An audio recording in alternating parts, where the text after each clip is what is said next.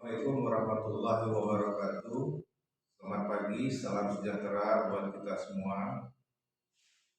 Alhamdulillah pagi ini kita bertemu dalam pertemuan pertama dari mata kuliah ekologi industri, yang mata kuliah ini adalah penting artinya bagi mahasiswa teknik industri untuk nanti berkecimpung dalam dunia kerja, sehingga nantinya bisa diterapkan dalam setiap lini kerja masing-masing.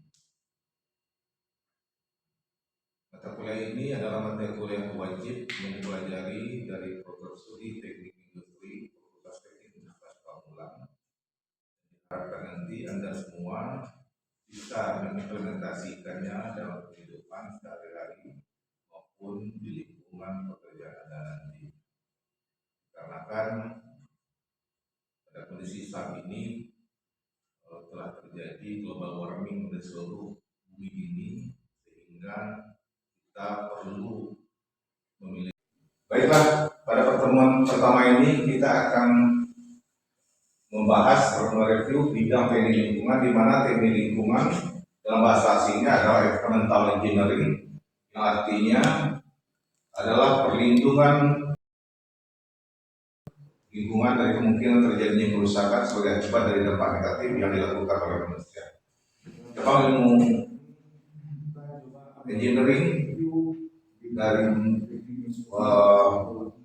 kumpulan kelompok engineering, salah satunya adalah teknik lingkungan ini.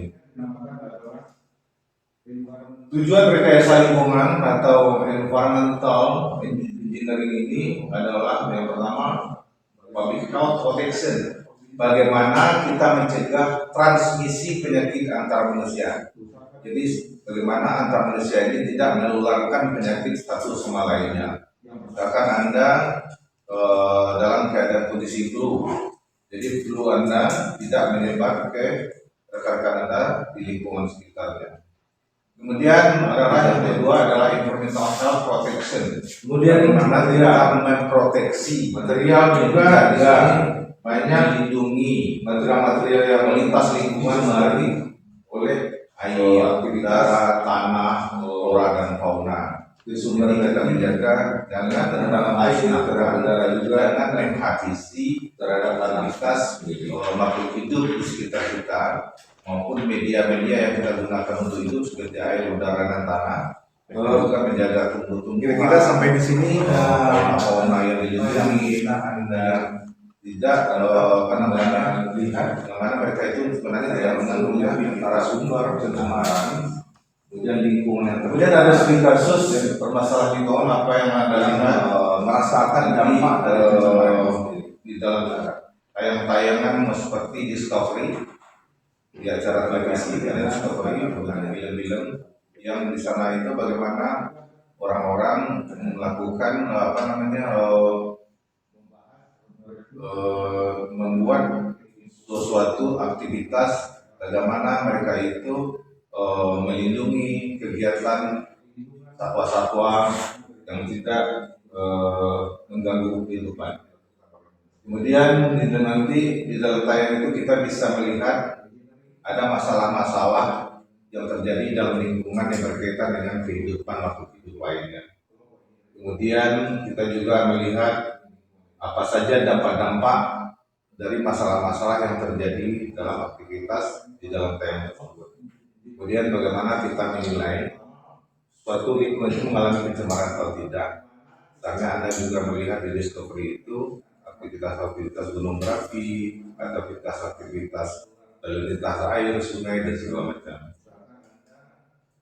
Kemudian jenis lingkungan ini mempunyai konsep dasar. Konsep dasar itu kita turunkan menjadi konsep dasar pencemaran lingkungan, di mana pencemaran lingkungan ini konsep dasarnya berawal dari sumber pencemaran itu sendiri. Pencemaran itu sendiri berasal dari biogenik. Biogenik ini adalah pencemaran yang diakibatkan oleh aktivitas alam. Jadi aktivitas alam itu, jadi biogenik adalah aktivitas alamiah dari aktivitas bumi kita, seperti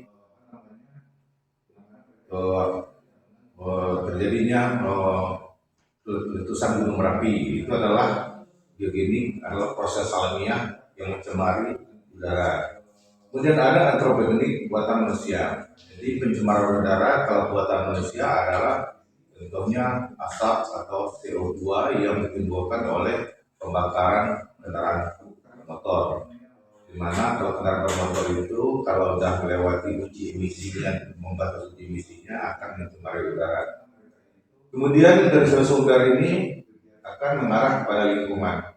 Lingkungan yang dicemari itu adalah pertama atmosfer. Atmosfer itu adalah lapisan udara ya, tempat kita hidup.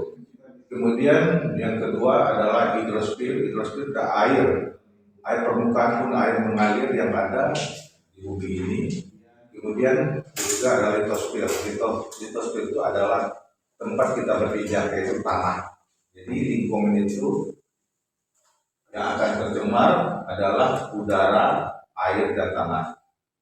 Kemudian reseptor. Reseptor ini orang yang makhluk hidup yang menerima, makhluk hidup yang menerima akibat dari pencemaran itu sendiri. Berarti kita adalah sebagai manusia merasakan pencemaran itu sendiri. Bagaimana sesaknya napas ketika menghirup udara kotor. Kemudian tumbuhan-tumbuhan sendiri, tumbuhan-tumbuhan akan layu dan mati akibat tercemar dari limbah industri. Jadi limbah industri itu sangat banyak. Ada tiba-tiba suatu ketika ikan-ikan pada mati di sebuah sungai atau kali.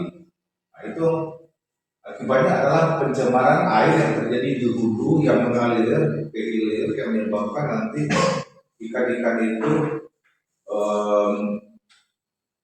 terkena dampak dari cairan kimia yang ada di dalam air itu sendiri. Kemudian material juga di sini banyak material-material yang dicemari oleh aktivitas di sumber tadi, dan terhadap air, terhadap udara juga, dan terhadap tanah sendiri.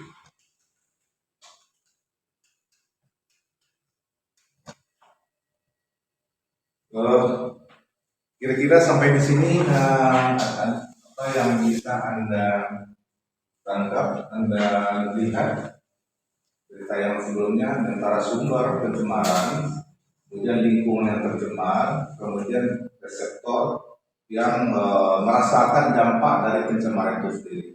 Silakan. Di berapa tayangan tadi Anda silakan bertanya.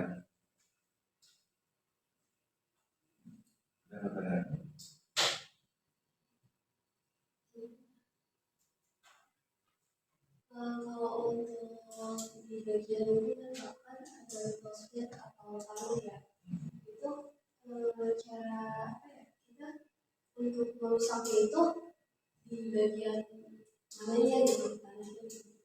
Ada dari mana? Iya. Kerusakan tanah itu tergantung daripada aktivitas yang ada di atasnya. Untuk tanah, di mana struktur tanah di atasnya itu masih ditanami tumbuhan langka yang dipelihara, kemudian ditebang secara liar, ilegal. Kemudian aktivitas tambang itu jelas ada berbagai unsur mineral yang ada di dalamnya, yang mungkin di dalamnya unsur-unsur yang berbahaya. Karena kita tidak tahu pasti unsur yang ada di dalam tanah itu, kita tidak tahu pasti. Jadi juga bisa merupakan limbah dari aktivitas penambang liar. Yang kedua, tanah itu tercemar dari limbah pestisida atau pestisida racun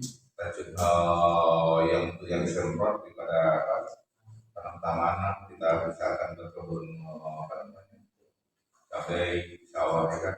Nah, itu jadi kalau itu limbah itu eh, dalam aktivitas yang lebih banyak itu nanti belah-belah hujan itu akan mengalir mencemari air. Jadi sekarang kita pada beberapa dekade terakhir ini pemerintah Indonesia maupun dunia pada umumnya sudah mencoba melakukan mengurangi aktivitas tersebut dengan menggunakan konsep tanaman organik. Jadi tanaman organik tidak membutuhkan pupuk yang buatan, tidak membutuhkan pestisida, sehingga pertumbuhannya tetap tumbuh secara alamiah. Yang lain, siapa yang sering menonton Discovery Channel? Bagaimana orang memperlakukan hewan itu sama dia memperlakukan makhluk hidup yang layak.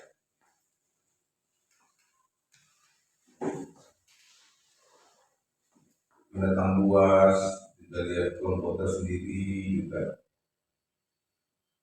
juga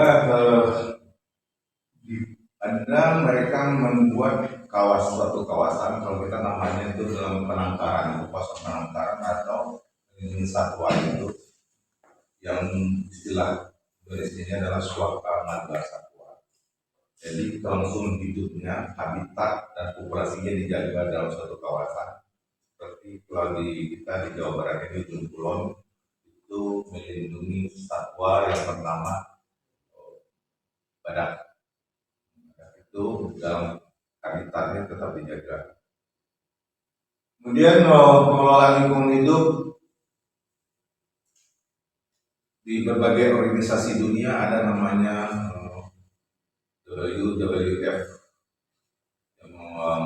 yang badan di bawah PBB yang mengatur bagaimana program-program yang dilakukan untuk melindungi satwa.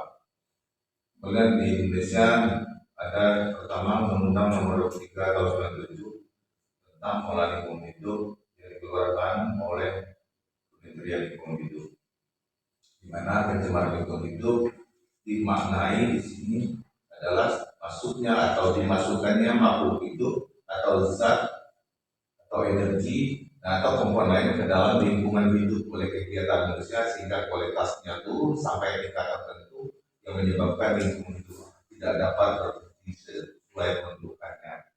Maksudnya di sini adalah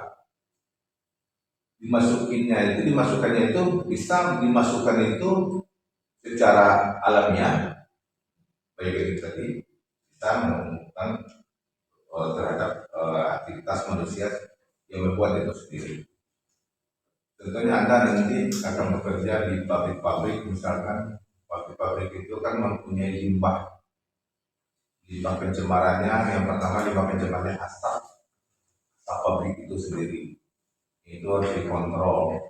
Kemudian limbah cair akan mengalir. Biasanya kalau pabrik-pabrik yang sudah membuat sebuah kontrol dalam ISO 14001 untuk lingkungan, itu mereka punya cara pengolahan. Jadi limbah cair itu dan tidak dibuang ke sungai yang terdekat, dan juga ada kalau asapnya itu ada menggunakan filter udara yang disusun di dalam sebuah komponen dari exhaust daripada sebuah mesin industri itu sendiri, sehingga asap itu juga bisa kita turunkan partikel-partikel yang akan mencemari udara itu sendiri. Pada tanah tadi buang limbah itu kepada air atau sungai yang ada di sekitarnya. Yang kedua adalah baku mutu lingkungan hidup adalah baku mutu ini maksudnya batasan atau kadar makhluk hidup atau zat energi atau komponen yang ada, atau harus ada batasan-batasan yang mengatur sampai di mana mencemari atau tidaknya suatu zat yang ada di sekitar kita. Jadi misalkan baku mutu lingkungan kedap udara, misalnya ditentukan oleh Kementerian Lingkungan Hidup misalkan 75 partikel per menit misalkan. Nah, itu kan batasan itu. Jadi baku mutunya itu kalau dia memberikan perizinan terhadap sebuah industri baru, dia batasi tidak aktivitas asap yang dihasilkan oleh kegiatan industri tersebut. Kalau air pun gitu. Kalau ingin membuang limbahnya ke air, dia harus diolah dulu sebelum dibuang ke sungai itu sendiri. Bagaimana? Diukur kadar-kadar kimia akibat aktivitas industri tersebut. Anda tahu air yang kita minum, ada yang minum air disulam kan? Air disulam. Nah, itu ada baku mutu untuk kesehatan di situ.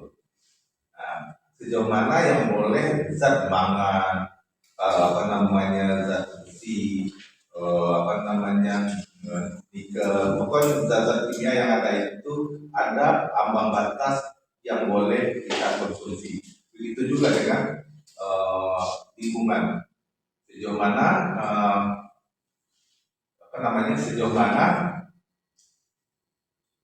yang boleh kita beraktivitas di dalam atmosfer misalnya dengan pencemaran udaranya tidak lebih dari 5 ppm misalnya, masih ramah terhadap lingkungan dan ramah untuk aktivitas makhluk hidup di sekitarnya. Kemudian juga dalam baku mutu lingkungan hidup, bagaimana si industri itu membuat sebuah konsep pengolahan berdasarkan ISO 14001 dan dikawal atau dikontrol oleh Kementerian Lingkungan Hidup atau dinas lingkungan hidup dari provinsi dan kabupaten kota. Pengolahan limbah itu yang mana airnya boleh sungai. Misalkan air itu kalau di dalam proses industri itu air itu kan panas, temperaturnya tinggi. Di dalam proses pendinginan, pendinginan mesin dan lain-lain itu seperti air radiator itu kan panas, gitu kan. Nah, jadi itu kan tidak boleh langsung dibuang ke sungai. Jadi diturunkan dulu temperaturnya pada temperatur tertentu. Berapa biar diizinkan. Nah, itu yang mengatur baku mutu itu. Misalkan tidak lebih dari pembersih lantai, pembersih kamar mandi, kan gunakan zat kimia. Nah, sisa limbahnya itu sendiri juga harus diolah dulu. Dibacakan mengetahui ada namanya di kemasan produk kimia yang Anda gunakan itu namanya MSDS, material safety data sheet. Itu ada bagaimana menggunakan bahan kimia itu, bagaimana membuang, menyimpan dan sebagainya, itu diatur di dalam material safety data sheet. Kemudian daya dukung lingkungan hidup adalah kemampuan lingkungan hidup untuk mendukung bagi kehidupan manusia dan lingkungan hidup lain. Jadi ada reseptor. Ya, saya ulang kembali. Sumber di sini adalah sumber pencemaran lingkungan itu sendiri yang berasal dari pertama tadi apa? Sumbernya biogenik. Biogenik adalah sumber pencemar yang terimisi ke lingkungan sekitarnya yang diakibatkan oleh aktivitas bumi. Contohnya letusan gunung berapi, pembusukan material padat, pengerusan erosi dari sungai. Karena terjadi penebang liar, runtuhnya tanah di pinggir sungai, yang longsor masuk ke sungai, yang membuat keruhnya air di bawah. Kemudian ada namanya kedua antropogenik, jadi dia dua-dua sumber pencemaran, ada biogenik, ada antropogenik. Antropogenik sumber pencemaran berasal dari aktivitas kegiatan buatan manusia yang dapat berupa materi yang mampu diasimilasi oleh alam dan pada xenobiotik. Xenobiotik ini adalah material-material yang tidak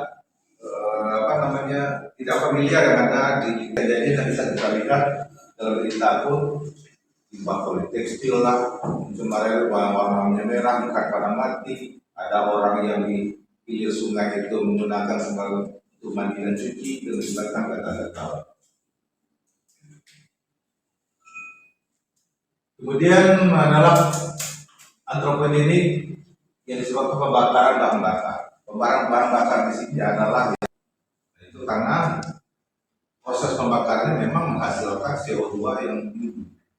Tapi kalau mesin masih baru, masih kita aman. Oleh karena itu sekarang dalam pembakaran bahan bakar ini teknologi manufaktur engine atau mesin-mesin di dunia terutama Eropa sudah melakukan sebuah standar yang meminimalisir karbon itu konsep yang diusung oleh engine itu sendiri sangat ramah. Kemudian aktivitas domestik ini biasanya adalah aktivitas rumah tangga. Di rumah tangga kita sendiri pasti banyak dari memasak, proses mencuci, proses kita mandi itu semuanya menghasilkan limbah. Mandi limbah air sabun, mencuci limbah air sabun, dari masak pun juga kadang-kadang perlu ada juga yang harus dicuci karena kebanyakan kita tidak tahu sekarang ini sayur-sayur itu untuk pertumbuhannya mungkin tidak tahu kita menggunakan pestisida. Pasti kita harus cuci bersih-bersih untuk menghilangkan unsur-unsur bila mana masih ada unsur-unsur pestisida yang lengket yang bertahan di permukaan cabai misalkan bawang misalkan. Kemudian eksploitasi dan eksplorasi sumber daya alam, ekstraksi mineral minyak tambang, tambang batu bara, bauksit, nikel. Kemudian sumber ini bentuk materi pencemaran yang dihasilkan oleh aktivitas manusia dapat berupa limbah cair pada atas. Jadi limbah itu berbentuk cair, bisa berbentuk padat, bisa berbentuk gas. Kalau cair dibuang ke air permukaan, kalau yang padat dibuang ke tanah, yang gas dibuang ke udara. Jadi sampai sini ada pertanyaan? Ada sumber, ada lingkungan, ada reseptor. Sekarang lingkungan ini bagian yang baru. Lapisan di mana organisme dan makhluk hidup lainnya berinteraksi, biosfer. Di mana biosfer adalah lapisan yang menyelimuti bumi yang terdiri dari atmosfer, litosfer, dan hidrosfer. Jadi unsur atmosfer, litosfer, dan hidrosfer tadi kumpulannya dinamakan biosfer, biosfer. Okay. Kemudian tempat sumber daya alam mengalami sirkulasi dan bersiklus. Jadi tempat sumber daya alam mengalami sirkulasi dan bersiklus seperti gas, cair, dan material padat. Kemudian tempat pembuangan produk samping atmosfer terdiri campuran gas yang berada di atas permukaan bumi dalam beberapa lapis. Ada lapisan troposfer, ada lapisan stratosfer, ada lapisan mesosfer, dan termosfer. Kemudian hidrosfer terdiri dari air permukaan yang ada seperti ada lihat seperti lautan, danau, sungai, air tanah, dan dalam siklusnya hidrologi. Kemudian litosfer adalah kemudian pada kondisi alamiah bentuk kehidupan biosfer berada dalam keseimbangan dengan lingkungan. Kemudian lingkungan memiliki kemampuan dan kapasitas untuk melakukan self purification. Jadi lingkungan itu memiliki kemampuan dan kapasitas untuk melakukan self purification. Dia menjernihkan sendiri,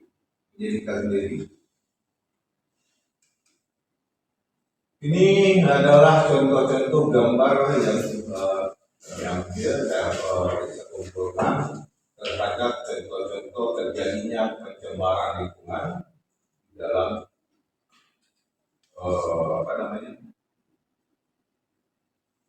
kegiatan aktivitas manusia.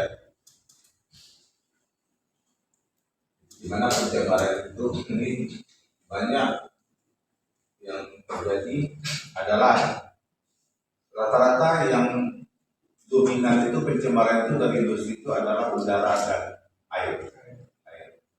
Jadi asap pabrik, pedus, batu sesak napas, gitu.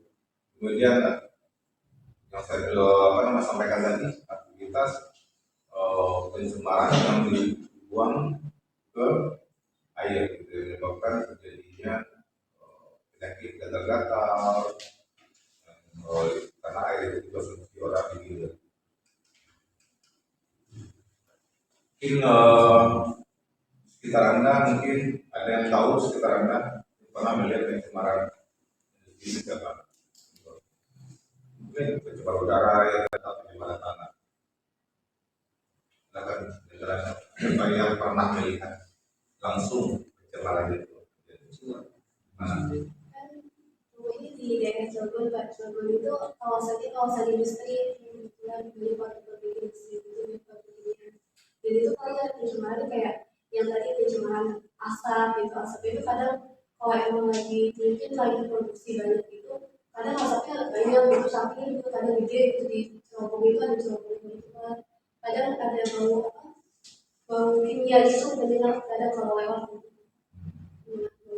Ada bau amonia, ada pabrik tanda asli, Iya. kan? Kemudian ada kawasan pabrik logam, ya kan? Nah, semuanya di sana itu sebenarnya itu mencemari lingkungan, tapi terkait institusi terkait dalam itu mengontrol pengendalian pencemaran itu sendiri. Aturannya sudah ada, tapi di kita kadang-kadang pengendaliannya oleh orang-orang yang lembaga swadaya masyarakat yang ikut andil dalam menjaga aktivitas pencemaran itu, sehingga mereka memberikan masukan, mereka secara sukarela memberikan masukan kepada pihak-pihak terkait yang membuat sumber pencemaran itu sendiri. Kemudian dia meminta masukan-masukan akibat pencemaran itu dari reseptor-reseptor dari masyarakat sekitar itu sendiri, apa saja keluhan-keluhan masyarakat dari pencemaran itu. Jadi mereka nanti memberikan langsung membawa masukan-masukan itu kepada institusi-institusi terkait seperti Pemda, Badan Pengelola itu ada di tingkat kota, dari kota Tangerang Selatan ada, kemudian di tingkat kabupaten itu kabupaten apa?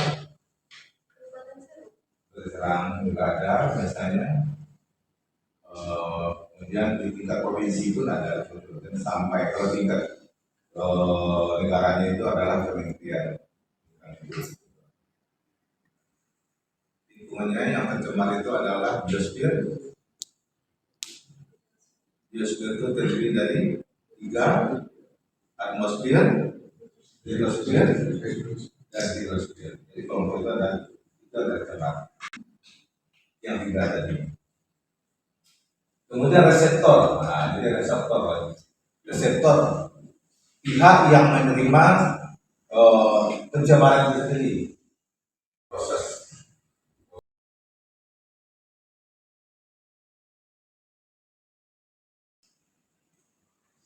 Yang pertama, reseptor itu adalah kita selaku manusia.